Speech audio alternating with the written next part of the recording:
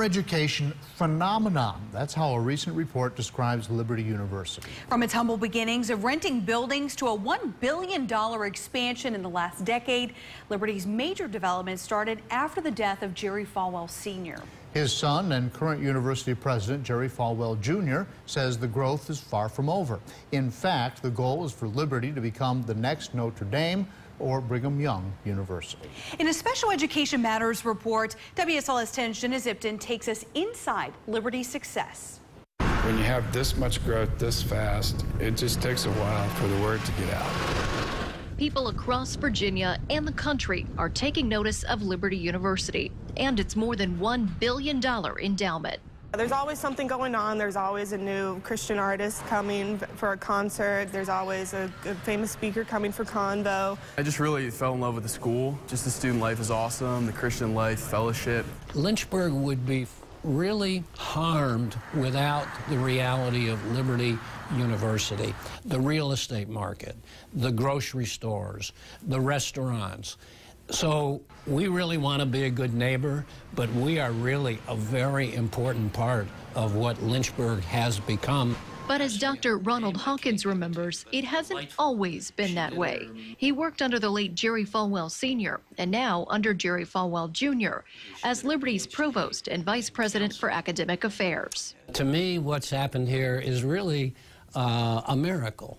Dr. Falwell Sr. envisioned something, and we all kind of shook our heads yes, because that was the kind thing to do when he described it, but none of us could see it like he could.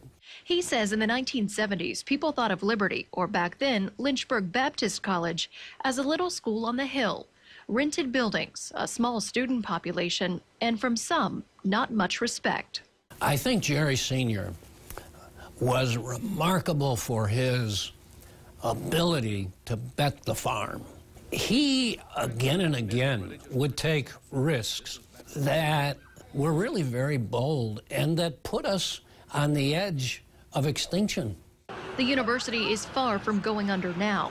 It's the Lynchburg region's largest employer at 8,800, a $1 billion expansion over the last decade, 15,000 students on campus with more than 500 majors and options.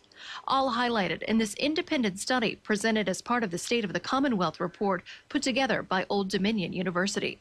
So would you say that this is your vision, or are you continuing your father's vision? Well, no, what you see here now, if he could see it, he would say, oh, it's exactly what I always wanted for Liberty.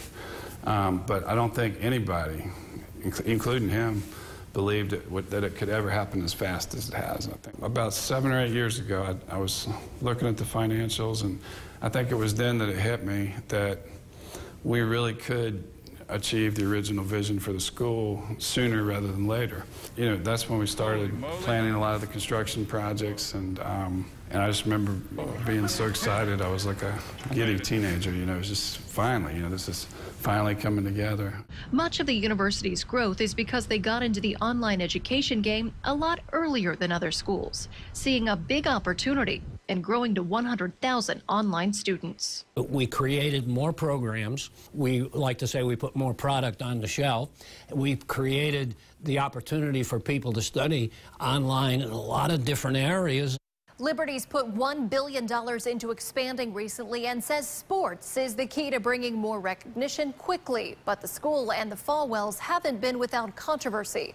What Falwell says about being outspoken and making some controversial decisions. Plus, what would the Lynchburg region look like without the university? That's all tonight on WSLS 10 at 11.